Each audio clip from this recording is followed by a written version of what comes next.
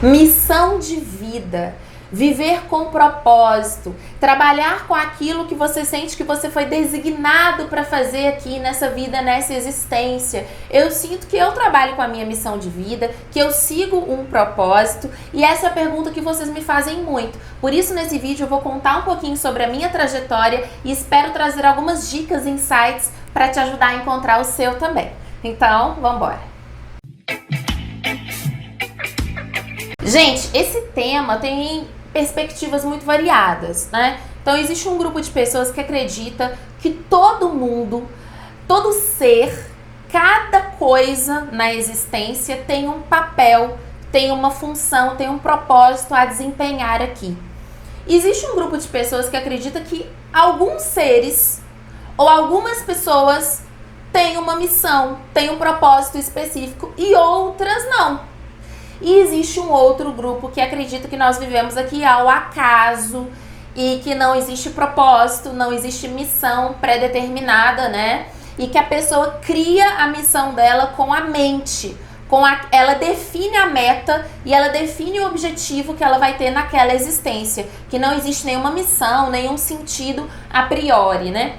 Então, eu tenho que falar com vocês que esse vídeo é baseado no meu sentir, na minha perspectiva. E a minha perspectiva é desse primeiro grupo de pessoas que acredita que todo ser, toda existência tem um plano, um propósito, uma função, um papel, uma missão, que a gente não tá aqui por estar, né? E eu também não acredito que o nosso propósito é um propósito que a gente define com a nossa cabeça, né? Algumas pessoas acreditam isso. Bom, eu nasci e eu tô aqui pro que eu determinar com a minha mente, né?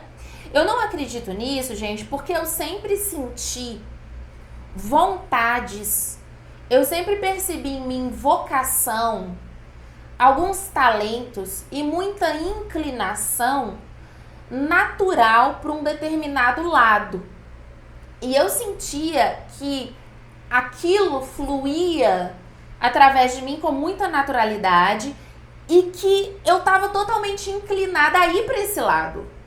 Então eu nunca briguei com essa minha tendência, com essa minha inclinação, com esse senso de vocação, que era para a questão de ser professora. E aí eu vou passar para vocês um pouquinho como que eu fui evoluindo e percebendo esse caminho, entende? Mas eu nunca me senti perdida, no sentido de que eu sempre via essa tendência minha. Eu sempre percebi essa tendência minha. E eu sempre alimentei essa tendência. Então, a partir disso, o que eu sinto é que é natural que todo mundo tenha uma certa tendência, uma certa inclinação. E que quando a gente tenta colocar alguma coisa na nossa cabeça, por exemplo, eu tenho que ser médico, eu tenho que ser engenheiro, eu tenho que ser não sei o que lá, muitas vezes isso a gente coloca na nossa cabeça, ou porque a sociedade fala, ou porque a família fala, sabe? E eu acho que essas coisas fazem com que a gente se afaste um pouco da nossa inclinação, da vocação natural.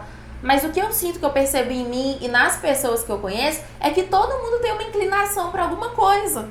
Todo mundo tem um talento natural, uma vocação para alguma coisa, né? Só que sim, eu acredito que, pelo que eu vejo, que em algumas pessoas, como no meu caso, por exemplo, ou outras pessoas que eu conheço, meio que elas já sacam isso mais fácil. E algumas outras pessoas, às vezes, têm um pouco de dificuldade de se conectar com essa inclinação, né? E não existe certo nem errado, mas a minha perspectiva, o meu ponto de vista é que todo mundo tem uma vocação, uma inclinação, um talento natural para alguma área. E que eu acredito que a nossa dificuldade de se sintonizar com isso está muito atrelada a isso que eu comentei, né? Que a sociedade coloca o que é legal, a família coloca o que é legal. Às vezes aquela vocação, aquele talento que você tem, ou aquela vontade que você tem vergonha daquilo. Você não acha que aquilo é conveniente, por exemplo, né?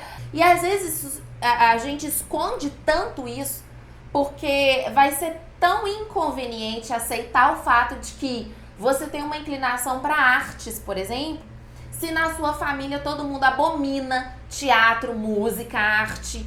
Se as pessoas da sua família, por exemplo, você nasceu desde pequeno com as pessoas da sua família achando que coisa artística é coisa de gente vagabundo, que não quer estudar, sabe? Então, e você tem aquela inclinação, você tem aquele talento. Então, às vezes, desde muito novo, você se barrou para enxergar aquilo. E você fala, não, eu não sei o que eu vim fazer, eu não sei o que eu vim fazer, porque vai ser muito difícil assumir aquela vocação ou aquele talento natural. Mas além disso, nós temos o fato de que a vocação, a missão de vida, o propósito, o dom, ele pode se revelar para a pessoa em momentos diferentes na vida, gente. Tem gente que desde criança já está revelado, vamos dizer, aquele dom, aquele talento. E a pessoa só tem que lapidar, desenvolver e aprimorar. E tem pessoas que aquele dom, que aquele talento vai ficar claro para ela a partir de um ponto específico na vida. Tem pessoas, por exemplo, que falam, Bárbara, depois que eu fiquei grávida, eu descobri a minha missão de vida. Através do meu filho, eu descobri o que eu vim fazer, por exemplo, que é trabalhar com crianças. Então, gente, não se cobre, sabe? Tem gente que descobre o dom, o talento depois de um acidente. Ou depois de uma decepção amorosa muito grande. Depois de passar por um período depressivo em que ela teve que refletir muito, por exemplo, né? Depois de um trauma. Então, gente, essa coisa da missão, do propósito, do talento, se você quer descobrir, ele vai ser revelado para você. Mas às vezes você tem que passar por uma série de experiências, uma série de coisas antes. Às vezes até para você se desconstruir. Imagina que o propósito, a missão de vida de uma pessoa, por exemplo, seja dançar. Vamos supor, seja a dança. Mas vamos supor que essa pessoa é uma pessoa muito rígida com ela. Tem muito medo de errar. Vamos supor, uma pessoa muito rigorosa, né? E ela jamais vai entrar numa aula de dança, por exemplo. Ela jamais vai entrar numa aula de dança, porque ela fala, não, que bobagem, perder meu tempo com isso. Mas vamos supor que o propósito dela é a dança. E ela só vai descobrir isso depois de uma fase difícil na vida dela, né? Ou se ela só vai descobrir isso depois que uma amiga convida ela para fazer uma aula experimental de dança. Gente, a gente não sabe, não. A gente não sabe. Então, não fique chateado com você. Ah, nossa, mas eu conheço fulano e fulano sabe o propósito dele desde que ele nasceu. Se você deseja trabalhar com a sua missão de vida, se você deseja encontrar o seu propósito, vai falando, vai emanando isso. Eu quero ser uma pessoa que expressa algo que tem sentido nesse mundo. Eu tenho vontade de colaborar, eu tenho vontade de expressar minha alma. Vai emanando esse desejo de autenticidade. Que eu sei que isso vai ser revelado para você no momento certo, tá bom? Então eu vou contar para vocês rapidinho, resumidamente, a minha história, vamos dizer, minha trajetória até chegar aqui, né? E como eu descobri esse propósito, digamos assim, como foi revelado, porque foi de uma forma muito fluida.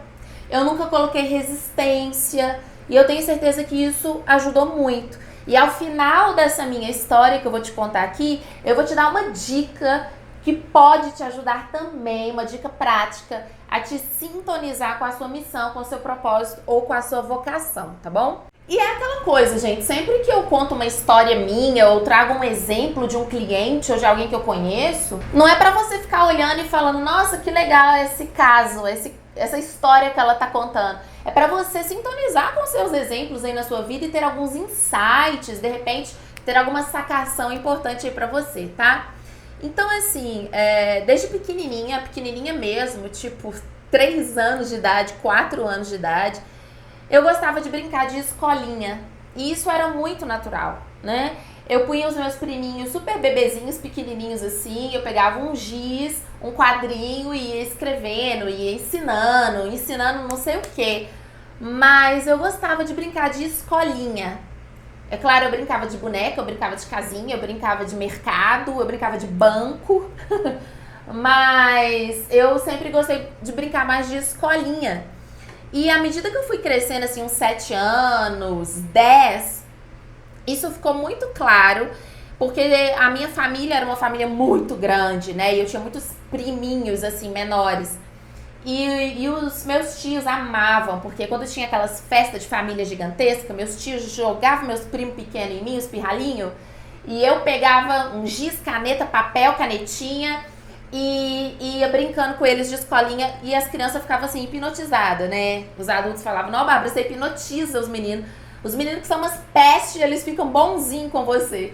Então, essa coisa da oratória, essa coisa de falar, essa coisa de falar, gente, olha, agora eu vou falar sobre isso. Então já era uma coisa natural, digamos assim, um certo dom para oratória, uma certa didática.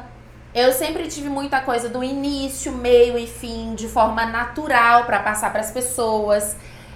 Sempre fui uma boa contadora de histórias, né? E nisso, então já vinha percebendo, é claro que eu era criança, essa análise eu faço agora, eu não fazia. Pra mim era só uma brincadeira, mas eu já tinha em mim esses certos dons para persuasão, para disciplinar, para educar, para ensinar, para contar uma história, para prender a atenção das pessoas e me fazer entender através das palavras nesse sentido, né? Eu nunca fui uma pessoa, uma criança, nem um adolescente, nem uma jovem, e até hoje eu não sou uma pessoa sociável, de muitos amigos. Sempre era assim, a Bárbara aqui e os outros ali, e a Bárbara falando. Então, eu já vinha percebendo em mim essa coisa da pessoa que tá ali passando uma mensagem. Era isso que eu sentia. E aí, mas eu era muito introvertida, gente. Eu era muito introvertida, eu era muito tímida. Eu tinha muito complexo de inferioridade, entende? Então, às vezes, algumas pessoas pensam assim, nossa, mas você é tão descolada. Você nunca fui descolada. É como se fosse assim, uma coisa que eu meio que nasci com esse negócio mesmo. De sentir que o meu lugar natural é assim. É eu passando uma mensagem, né? Isso sempre foi natural, eu nunca tentei nada. Mas sempre muito tímida, introvertida, com dificuldade de socialização, me sentindo péssima, com baixa autoestima demais, desde criança, adolescente, muito bullying, muito tudo aquilo que você já sabe que você é criança, adolescente, você passou, né? Uns mais, outros menos, mas aquilo me afetava muito. Mas, apesar disso, era uma vocação, já era um dom, já era um talento, que era uma coisa natural, era como se fosse um lugar natural de estar. Entende? Na minha família, ninguém nunca me estimulou a ser isso ou a ser aquilo. A minha mãe e meu pai, eles não falavam, você tem que ser isso, você tem que ser aquilo. Então, acho que isso foi muito importante, porque foi uma coisa realmente natural. E, paralelamente a isso, eu já contei pra vocês, por e-mail, quem tá inscrito na lista VIP recebeu esse e-mail eu contando. Tem um vídeo aqui no canal que também fala um pouquinho sobre isso. Paralelamente a isso, eu também sempre fui muito empreendedora, né? Vai percebendo aí em você criança, você adolescente, para onde você ia naturalmente, né? Então, paralelamente a essa coisa de ensinar, de passar mensagem, de falar, de organizar as outras crianças, eu sempre fui muito empreendedora. Então, lembra naquela época que tinha os adesivos? Tinha aquela cartela de adesivo e os adesivozinhos, eu fazia os meus próprios adesivos. Eu sempre fui empreendedora e criativa. Gente, todo mundo ia na papelaria e comprava aquela cartela de adesivos. Lindo, né? Tinha os adesivos da Disney, do Mickey, aqueles adesivo que brilhava, adesivo que era em alto relevo, adesivo peludinho, você lembra? E aí todo mundo comprava aquelas cartelas de adesivo e ficava trocando adesivo. Eu fazia os meus próprios adesivos. Ficavam horrorosos? Ficavam horrorosos. Eu fazia com aquela cola que é tipo um grude. Aí eu já tentei fazer com papel contact. Eu cortava aquela cartolina, assim, aquele papel de carta que vinha com os bichinhos. Eu recortava, punha papel contact e fazia os meus próprios adesivos. Vendia cada adesivo a 10 centavos. E 10 centavos em 1990 e alguma coisa era muito dinheiro. Então, assim, eu faturava. Isso já demonstra o quê? Que eu queria criar. Eu não queria uma coisa pronta. Tanto que na época da escola também, eu comecei a vender maquiagem e eu não queria vender maquiagem de revistinha. Eu não queria vender maquiagem da Avon, da Natura, porque era uma coisa que já estava pronta. Eu achava sem graça trabalhar com uma coisa que já estava pronta, entendeu? Eu queria produzir, eu queria criar. Então, é claro que eu tentei fazer os meus próprios cosméticos. Eu cheguei a fazer uma linha de cosméticos naturais, só que assim, dava muito trabalho, gente, dava muito trabalho mesmo. E aí eu vi que eu ia ter que ver negócio de vigilância sanitária, né? Ai, ia dar muito trabalho. Então, o que eu fiz? Eu pegava um busão e eu ia lá num bairro muito longe da minha casa que tinha esses cosméticos, essa linha de cosméticos que chamava Divina Cor. Eu acho que eles não existem mais, mas chamava Divina Cor. E tinha os batons e eu achava a coisa mais linda porque ninguém conhecia Divina Cor. E eu falei, eu vou vender Divina Cor Cosméticos. E tinha os batons, tinha as coisas. E as meninas ficavam encantadas. Bárbara, onde acha pra vender? Eu falei, só eu que vendo. E eu lembro que eu fiz uma necessaire minha com o meu nome escrito e eu levava na escola, na faculdade, depois quando eu entrei, pra vender o Divina Cor Cosméticos e era um sucesso. Ninguém queria comprar a Avon Natura na revistinha, as meninas queriam ver. Eu levava o batonzinho, aquela amostra grátis, para as meninas testarem, sabe? Então, essa minha veia empreendedora, ela sempre existiu. Mas era sempre um empreendedorismo criativo. Eu achava sem graça vender uma coisa que todo mundo já conhecia. E eu nunca quis fazer alguma coisa pelo dinheiro. Eu nunca quis fazer pelo dinheiro. Eu queria fazer algo que levasse valor para as pessoas. Entende? Então eu sentia esse tipo de vocação aqui, sendo que eu posso dividir em duas partes, né? Que é o que eu tô fazendo nesse vídeo. Vai vendo aí os seus talentos de criança e de adolescente, hein? Eu sentia isso, que eu precisava passar uma mensagem.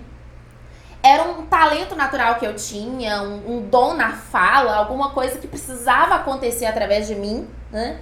E eu gostava muito do processo criativo. Eu tinha muito essa coisa com autenticidade. Pra que eu vou vender Avon e Natura se todo mundo já vende Avon e Natura? Eu tenho que fazer uma coisa diferente. Tem que ser uma coisa que nasce daqui.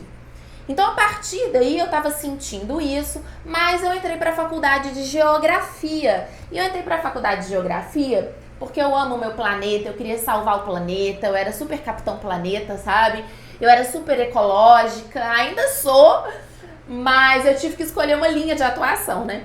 E aí, quando eu entrei pra faculdade de Geografia, eu vi que não tinha nada a ver o dia a dia do geógrafo com aquilo que eu sentia dentro de mim. Eu fiz os 4 anos de faculdade, eu me formei como bacharel e como licenciada, né?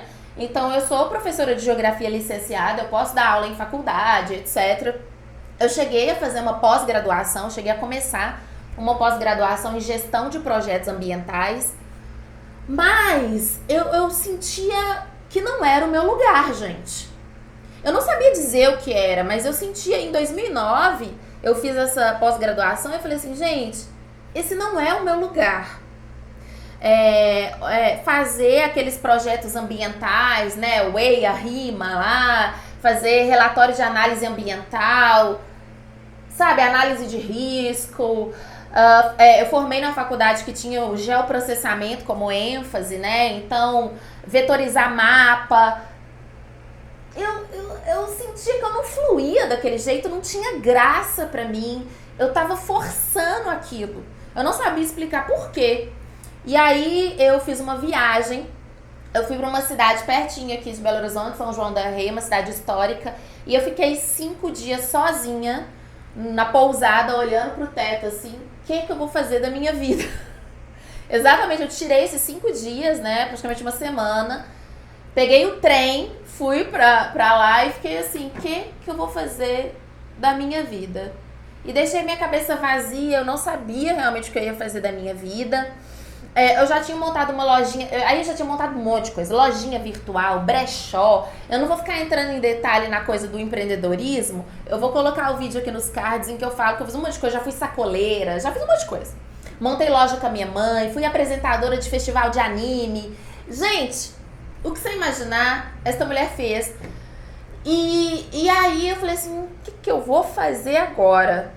Eu sentia todos esses talentos, essa vocação aqui dentro, mas é como eu falo com vocês, isso não estava claro na minha cabeça, gente. Isso eu vejo agora, entende? Quando você tá no meio do processo, você não olha e fala, a minha vocação é essa, o meu talento é esse, eu sou empreendedora, eu sou criativa, eu sou você não percebe. Então talvez você esteja aí no meio do processo e daqui a 1 ano, às vezes daqui a 3 meses, você vai olhar e vai falar, como eu tô fazendo aqui. Mas no meio do processo a gente não percebe. Muitas vezes a gente precisa de alguém ou de algum elemento externo para servir de espelho, para fazer com que a gente veja a nossa situação. E eu era uma pessoa, como eu falei com vocês, mais introvertida. Eu não tinha muito esse traquejo social. E em 2009 ainda minha autoestima não era das melhores, apesar que eu já tinha melhorado muito mesmo, porque eu estava ali descobrindo o Anthony Robbins, né? Eu estava descobrindo a programação neurolinguística, eu estava descobrindo aí, e eu sempre tive uma veia espiritual, né? Espiritualidade, sempre busquei esse caminho, então a minha autoestima já estava melhor, sim. Eu já me entendia um pouco mais como um ser integral, mas eu ainda sofria com muitos complexos, sabe? Eu também não tinha experiência de vida suficiente para me provar que eu era capaz de certas coisas. Então, aí em torno de 2009, eu sabia que eu era muito boa professora já. Isso eu já tinha me provado, porque eu dava aula de inglês. E eu dava aula de inglês desde 15 anos de idade. Então, todo esse processo que eu passei com vocês, desde 15 anos eu era professora particular de inglês. E eu tinha muitos alunos, e os alunos aprendiam, e fluía super legal, né? Só que eu não sabia que eu era boa o suficiente para dar aula numa escola de inglês. Eu não sabia disso. Até que eu namorei com uma pessoa e essa pessoa botava na minha cabeça: você tem que tentar, você tem que fazer entrevista de emprego, você tem que tentar trabalhar em alguma escola. E eu falava: mas eu nunca morei fora, todo mundo já morou nos Estados Unidos, todo mundo fez o tal do TOEFL, eu nunca fiz nenhuma prova, eu nunca morei fora. Não, mas você fala bem, você dá aula desde 15 anos, vai lá. E aí todas as escolas que eu fiz entrevista, eu passei em todas. Inclusive, eliminei muitos candidatos que tinham TOEFL, TOEIC, intercâmbio no exterior, enfim. E aí eu falei assim, caraca, então eu sei ensinar. E eu passava exatamente, não porque o meu inglês era perfeito e sem sotaque, como o das outras pessoas, por exemplo, mas porque eu tinha muita didática. Então, quando o aluno sentava na minha frente, o aluno falava: nossa, eu quero aprender com ela, eu vou aprender com ela. Entende? Então, isso era uma coisa que chamava muita atenção dos coordenadores, né, dos diretores das escolas. E eu fui passando numa escola atrás de outra. E eu passei por várias escolas do Brasil, famosas, que vocês conhecem aí. Eu dei aula em todas as metodologias, praticamente. Mas eu tava dando aula de inglês. Tinha feito uma formação como geógrafa. Não usava geografia para nada. Já vi que eu não ia usar mesmo. E nesse processo de dar aula de inglês, eu fui pegando mais o gosto por ensinar, o gosto por ensinar, o gosto por ensinar. Porém, o lado empreendedor e criativo estava ali parado, gente, estava ali estagnado. E você sabe que se você é uma pessoa criativa, você tem necessidade de dar vazão para essa criatividade, senão você fica depressivo ou você fica mega ansioso. E era isso que eu sentia. Poxa, eu sou uma ótima professora, eu já sou coordenadora da escola, eu me destaquei tanto que com um mês na escola eu já estava coordenando uma equipe de 12 professores. E eu vi isso, eu vi que eu gostava de inspirar os professores. Aí olha que interessante como a vida, gente, vai te mostrando como você pode unir a sua vocação e os seus talentos. Até então, era separado para mim essa coisa, ser professora, ser criativa, né? E a espiritualidade também estava ali, ó. Eu tinha aprendido tarô com a minha mãe desde criança. E eu punha tarô pra mim, eu punha tarô pras coleguinhas de escola e pras colegas da faculdade, elas falavam: meu Deus, Bárbara, como é que você tá vendo isso? Meu Deus, é o que tá acontecendo comigo. Então, até o momento, percebe? Professora, didática, ensinar, palestrar, dom de oratória, inspirar as pessoas, persuadir. Do outro lado, empreendedorismo, criatividade, autenticidade, inventividade. E do outro lado, espiritualidade, mediunidade, sensibilidade energética, tarô. Parece que uma coisa não conversa com a outra, mas a vida vai tratando de te mostrar como as coisas vão tendo um encaixe. E muitas vezes, gente, é como eu falei com você, é a partir de situações que ainda vão acontecer. Entende? Então eu nunca fiquei me cobrando qual que é a minha missão, qual que é a minha missão. Eu só sentia, geografia não vai dar. Geografia não vai dar. Eu tentei a pós-graduação, gente. Você percebe? Assim como você tá tentando, eu tentei a pós. Eu falei, não, fiz 4 anos desse negócio aqui, mas vou tentar pós-graduação pra não dizer que, será que eu tô preguiçosa? Será que eu tô querendo demais da vida? Vamos tentar. E vi que gestão de projetos ambientais, eu vi que isso não era pra mim. E o que eu quero que você entenda aqui é exatamente como aceitar o seu momento presente e fluir com o que você pode, com o que você tem no agora. É que faz você perceber, é que faz ficar mais nítido para você, ou que venha até você com mais fluidez e mais naturalidade o seu propósito, a sua vocação. Gente, porque às vezes a pessoa quer forçar uma coisa, mas é como eu falo, ela precisa passar por uma série de experiências. E se eu não tivesse esse meu namoradinho na época que tivesse falado comigo, Bárbara, você tem que trabalhar numa empresa, né? Ele falava assim, você tem que trabalhar numa empresa. Essa coisa de empreendedorismo é muito arriscado, né? E algumas pessoas podiam falar, nossa, você tinha que ter sido uma mulher mais empoderada. Você tinha que ter falado, eu faço o que eu quiser. Mas na época, gente, eu tava namorando com uma pessoa, né? Tava praticamente casada. E eu queria o melhor pra relação. E a gente sentou junto e a gente conversou.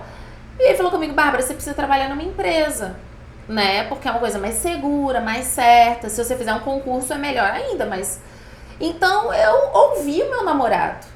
Entende? Então eu fiz o que eu podia fazer na época. Eu não ia dar uma banana pro meu relacionamento, gente. Aquele relacionamento era importante pra mim. E era uma pessoa que acreditava que empreendedorismo era uma furada. Então, eu fiz a opção de ouvir essa pessoa.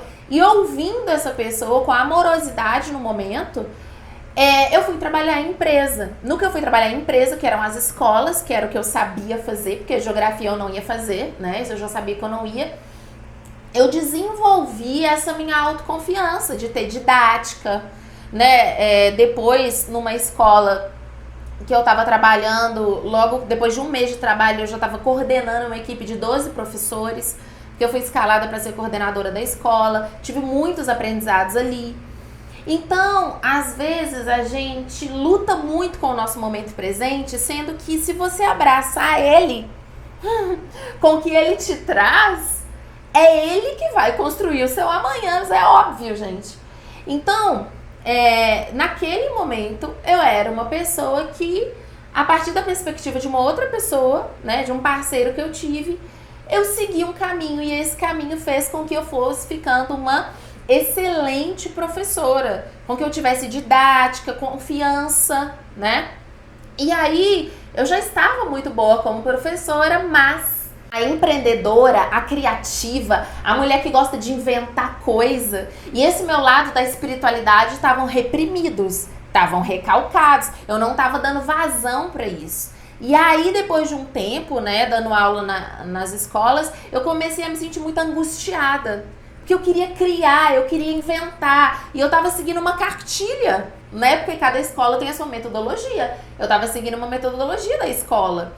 E eu senti uma angústia dentro de mim muito grande, porque eu tinha que criar, eu tinha que inventar. Eu não conseguia viver minha vida sem inventar, sem ser autêntica, né? Lembra da coisa da maquiagem, do adesivo? Eu tinha que criar, eu tinha que fazer uma coisa diferente do que todo mundo estava fazendo. Isso era algo que o meu ser me pedia. E a parte da espiritualidade também estava muito contida, né? Porque a minha vida era dar aula, ir pra casa, dar aula e ir pra casa. Tava muito contida e eu sempre senti, né, esse mundo energético, sempre tive sensibilidade mediúnica e tava muito contido isso, nunca mais eu tinha pegado no tarô. Mas a minha autoconfiança para ensinar, a minha fluidez com a didática e com a oratória estava incrível, maravilhosa.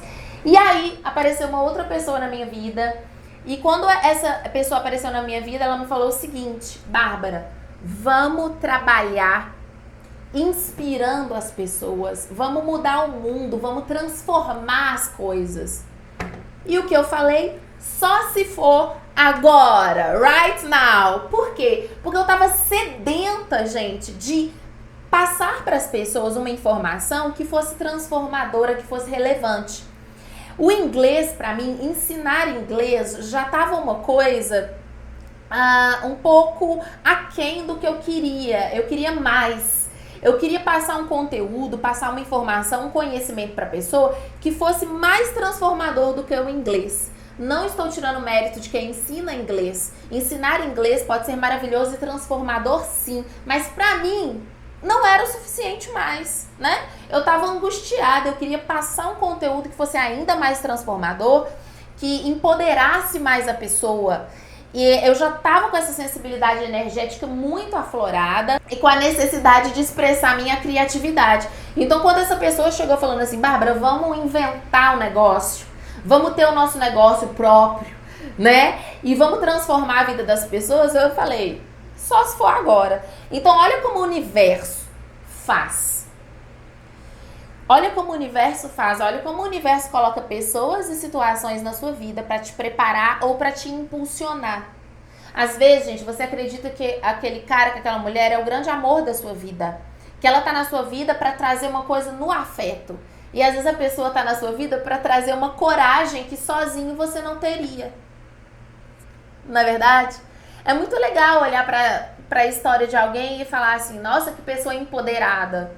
Sim, que pessoa empoderada, mas provavelmente outras pessoas ajudaram ela a se empoderar. É claro, isso, você não tem que ter vergonha de olhar isso e falar isso, não. Na época eu não ia conseguir, eu não tinha essa cabeça, não, para sozinha criar o meu negócio próprio, ser criativa através da espiritualidade ou do autoconhecimento profundo, né? E ainda ensinando as pessoas, eu não ia ter como baixar o Desprogrames todo pronto na minha mente. Ele veio aos pouquinhos, né? E aí eu fiz a sociedade com essa pessoa, mas logo a coisa se mostrou também angustiante, porque eu percebi que a gente não tinha a mesma sintonia no que a gente queria passar no conteúdo, né? E nem a mesma sintonia no lado pessoal. Então ficou um pouco complicado. Passei um processo muito difícil na minha vida, muito angustiante, mas em que eu falei assim, gente, eu não sou essa coach tradicional, no sentido de passar para pessoas o que ela deve fazer, no sentido de faça isso, faça aquilo, né? Tem muitas linhas de coach muito legais, gente. Mas no meu caso, o que eu estava vivenciando ali naquela sociedade era uma coisa que não era o que eu queria passar para as pessoas. Então tava uma mensagem muito conflitante. Eu tive que criar o meu próprio caminho, construir o meu próprio caminho. E foi angustiante, porque foi mais uma vez sozinha, né? Sozinha, eu me vi criando esse caminho em que eu falei assim, olha, eu não vou dizer para as pessoas o que elas devem fazer da vida delas. Eu não vou ficar pagando de, nossa, eu sou incrível, venha ser como eu. Não é para isso que eu tô aqui. E eu não tô aqui para ensinar como ninguém deve viver. As pessoas são perfeitas, são livres. Eu só sinto que elas estão com um monte de programa tóxico, né? Um monte de programinha de computador, como se fosse assim, rodando aí. E elas precisam se desprogramar. E eu tô aqui para ajudar a pessoa a se desprogramar. Eu não tô aqui para reprogramar ninguém. Né, tava muito em voga a questão da programação mental, reprogramação mental. Então assim, eu não acredito que a gente tem que reprogramar ninguém, não. Eu acredito que as pessoas precisam se desprogramar, isso já tá ótimo. Que as pessoas têm que ser livres, autônomas. E aí eu falei, então eu sou isso, então eu sou desprogramadora. Desprograme-se. Aí veio o Desprograme-se. No mesmo dia, de muita angústia, de muita epifania, veio o Desprograme-se, né? E a partir daí eu trilhei meu caminho sozinha. E eu conto isso pra vocês porque hoje nós somos mais de 2.000 pessoas estudando, matriculadas no Desprograme-se. Aquela criança, aquela Bárbara de 5 anos de idade que brincava de escolinha, hoje, aos 34 anos, ela tem uma escola com mais de 2.000 alunos matriculados, onde o conteúdo é um conteúdo profundo e transformador, que fala de espiritualidade, de autoconhecimento profundo, mas sem nenhum estigma, sem nenhuma caracterização, sem nenhuma personificação de crença, que é para todos e que, como eu vejo, né, nos depoimentos de muitos de vocês, fala que tem contribuído para transformações profundas. Então veja, hoje, em 2020, com 34 anos, eu tenho essa minha autenticidade, esse lado criativo, porque eu que invento tudo na minha empresa, não tem ninguém mandando em mim, é eu que invento. Eu invento o formato, eu invento o tema, eu invento o curso, né? Então essa minha parte criativa tá super nutrida. A parte empreendedora nem se fala, né? Porque estamos aqui de mulher de negócios, né? Como sempre gostei de ser. Essa parte da didática da professora, da oratória, da palestrante está super também colocada em prática. E essa parte espiritual de falar de algo profundo, de algo que tem um sentido pra gente nessa vida, que não é o sentido que só a nossa cabeça fala, mas que tem algo além. Esse algo além é o que nos traz a intuição, o fluir com a vida, a segurança, né? Então, todos esses 3 pontos estão nutridos e por isso que eu falo com vocês que hoje eu posso falar, eu vivo da minha missão de vida, eu encontrei o meu propósito, mas ele ainda está sendo lapidado, né? Mas veja bem, gente, por que eu contei para vocês esse caso, essa história? Para você perceber que não é brigando com o seu agora que você vai encontrar o seu propósito. É ouvindo a sua angústia, sabe? Poxa, eu amo essa sócia, eu amo esse sócio, é minha melhor amiga, é meu melhor amigo, mas não tá dando certo essa sociedade, ai que angústia. Às vezes vai acontecer isso com você. E no meio disso que tá acontecendo isso com você, tá vindo o seu propósito ali, mas você fala o quê? Não, eu não posso ficar angustiada com o meu sócio, com a minha sócia. Aí você se obriga a seguir uma coisa que o seu sócio acredita, sabe? Ou, no outro exemplo que eu dei, em que o meu namorado falava, Bárbara, você tem que trabalhar numa empresa, né? Eu poderia olhar pra mim e falar assim, nossa, que burra, que anta, né? Seguindo o que o namorado falava, que falta de autoestima. É, gente, tinha mesmo uma falta de autoestima, mas tinha muito amor por essa pessoa. E esse amor por essa pessoa era o que era legal de eu colocar em prática na hora, ué. Eu confiei nesse cara, nessa pessoa e era o que tinha que acontecer na minha vida. Porque se eu não tivesse tido a experiência de professora em todas as escolas que eu tive. Não é verdade? Então, o seu caminho, ele tá sempre certo. É o que os zen budistas falam, né? O caminho do zen ali, ele sempre fala que tá tudo sempre certo agora. Porque o agora é a única coisa que você pode fazer. Então, o que eu falo com você é o seguinte, faça o melhor que você tem com o que você tem aqui agora. Não fique se questionando. Questionamento é muito importante. Mas questionamento é diferente de se confundir, sabe? Se questionar o seu caminho é válido.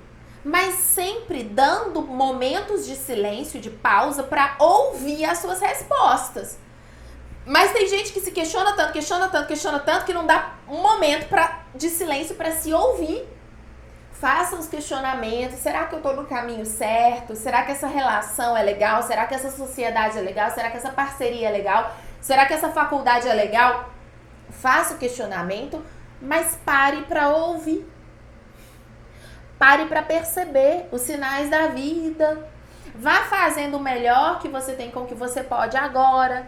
E principalmente, não cale, não tampe, não silencie as suas angústias e revoltas. Teve uma live que eu fiz com a Patrícia Fraga, que é uma parceira muito legal minha, e a gente vai fazer um evento incrível esse ano em São Paulo, um palco de 20 metros quase, uma coisa maravilhosa. Eu vou linkar aqui a Patrícia, eu vou linkar o Despertar Live, que vai ser um evento incrível, inclusive desse programa, você vai abrir o palco, viu, gente? Vai ser uma coisa mega legal. E a Patrícia Fraga, eu fiz uma live com ela uma vez, e que eu falei assim, gente, que ela perguntou, Bárbara, dá uma dica, se você puder dar uma dica para as pessoas se aproximarem da missão de vida ou do propósito delas. E a dica que eu dei é o seguinte, olhe a sua revolta. Porque tem muita gente que acha que vai sentar no Grand Canyon e vai ver o pôr do sol no Grand Canyon e vai vir uma revelação de por que a pessoa está nessa existência. Mas muitas vezes o propósito da sua vida vem através de revolta. Aquela coisa que você sente que está errado no mundo, aquela coisa que te machuca, que te angustia. Um exemplo que eu dou, que é muito recorrente, é de pessoas que têm uma dor muito grande, que têm uma revolta muito grande quando vêm animais sofrendo maus tratos ou animais abandonados na rua. Gente, se você sente uma dor, eu não sinto essa dor tão grande, não. A minha dor é de outras coisas, né? A minha dor é de ver um ser humano totalmente com baixa autoestima, não acreditando nele, isso me move, né? Me move mais do que um bichinho. Mas tem gente que não, tem gente que se vê um bichinho na rua, abandonado, aquilo dá uma dor. Olha a sua revolta. Não ignore, eu não posso me revoltar. Eu tenho que amar tudo. Muitas vezes o seu propósito não vem só de amar as coisas. Muitas vezes o seu propósito vem de falar, meu Deus, que revolta que me dá ver isso aqui. Às vezes aquela revolta é um caminho da sua vocação, né? Para você seguir aquele caminho que você vai transformar muitas vidas. Observe as suas revoltas e observe as suas angústias. E não só os seus momentos de insight, de amor e de inspiração. Essa foi uma breve história aí do meu percurso de vida, de como eu cheguei aqui até hoje.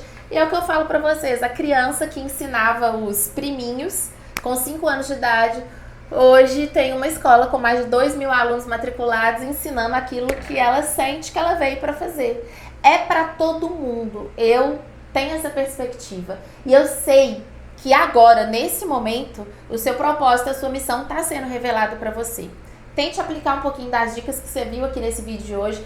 Se fez algum sentido pra você, dá o seu like, compartilha com o seu amigo. Um beijo e até a próxima.